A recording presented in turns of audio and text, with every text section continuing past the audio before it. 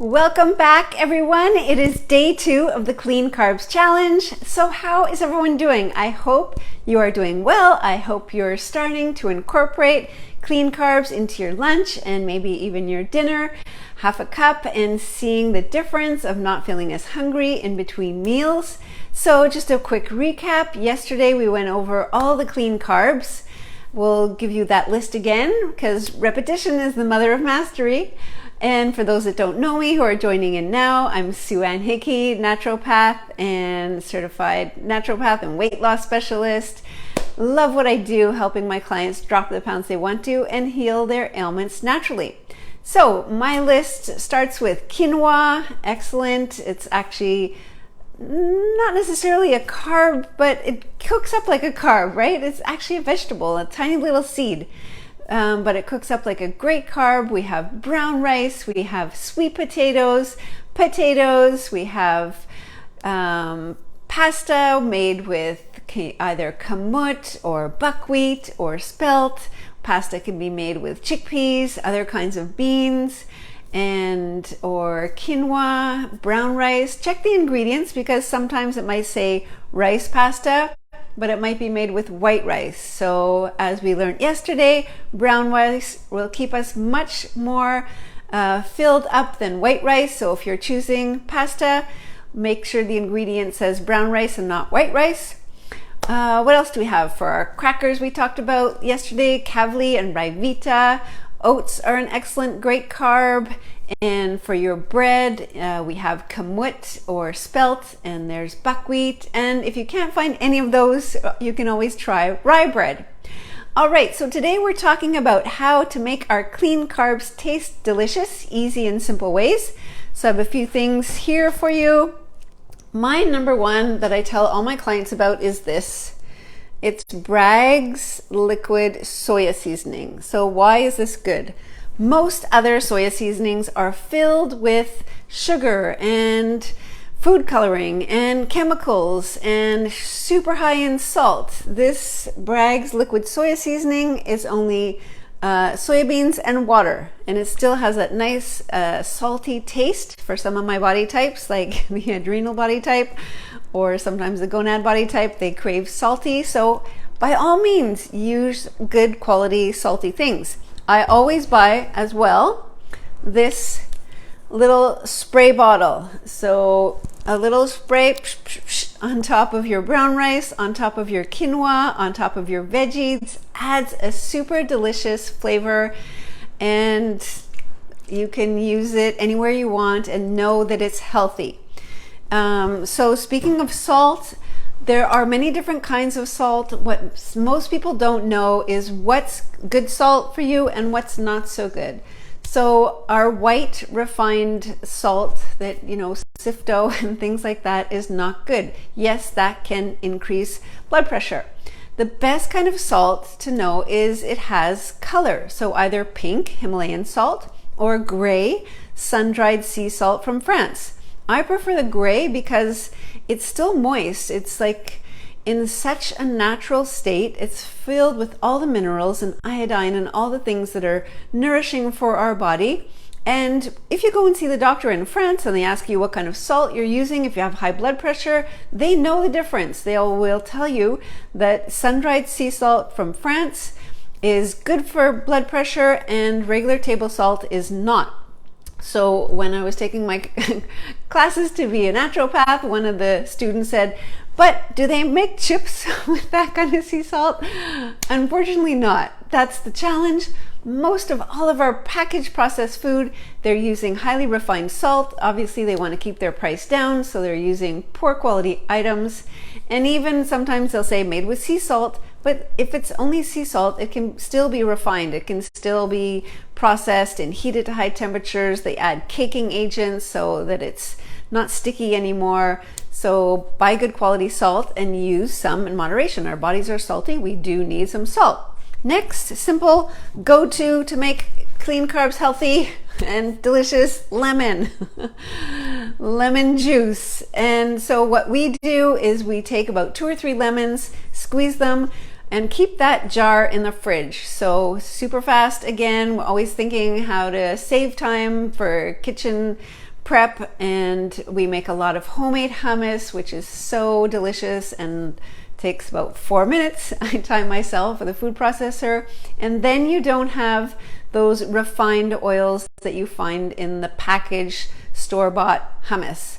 So you can easily make your own hummus and lots of veggies. That's one of my go-to lunches. A quinoa with tons of veggies, salad, and my hummus on the side. That's my protein. So speaking of hummus, what you need for hummus and my other go-to to help you make your clean carbs taste delicious is tahini.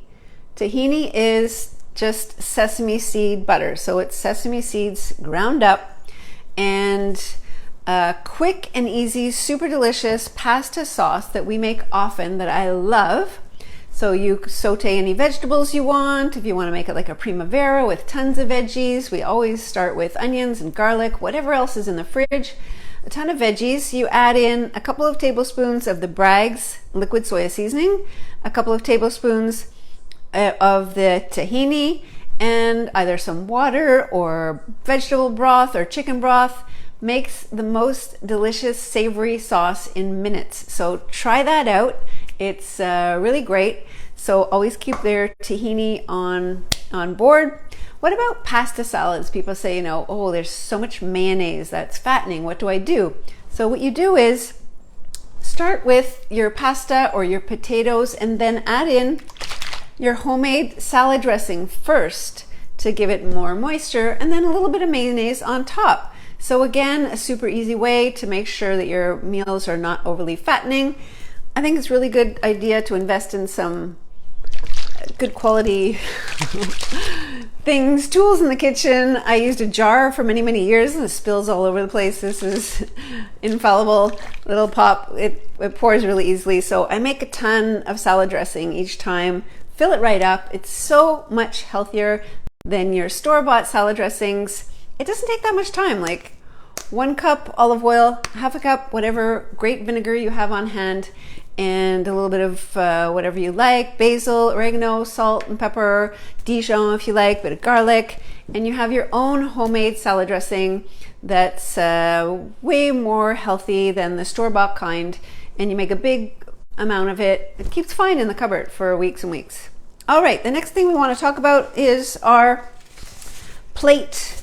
So we're aiming towards having that balanced plate. If you got the email this morning, you saw the graphic, this graphic, where you have, in an ideal world, we would have half the plate veggies, your protein, and of course our good carbs. And this is for, if you can, lunch and dinner.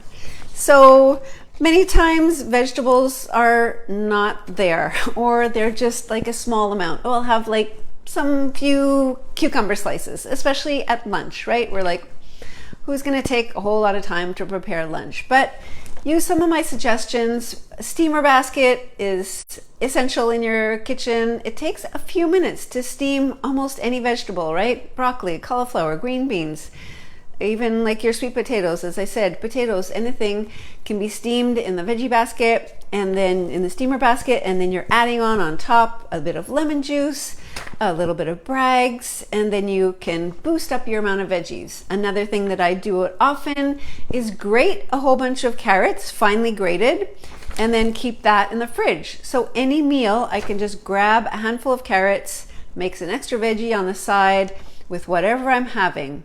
If you're having salads, then by all means add in more veggies. So if you just have like lettuce, tomato, cucumber, then that's kind of, not very filling. It's all watery.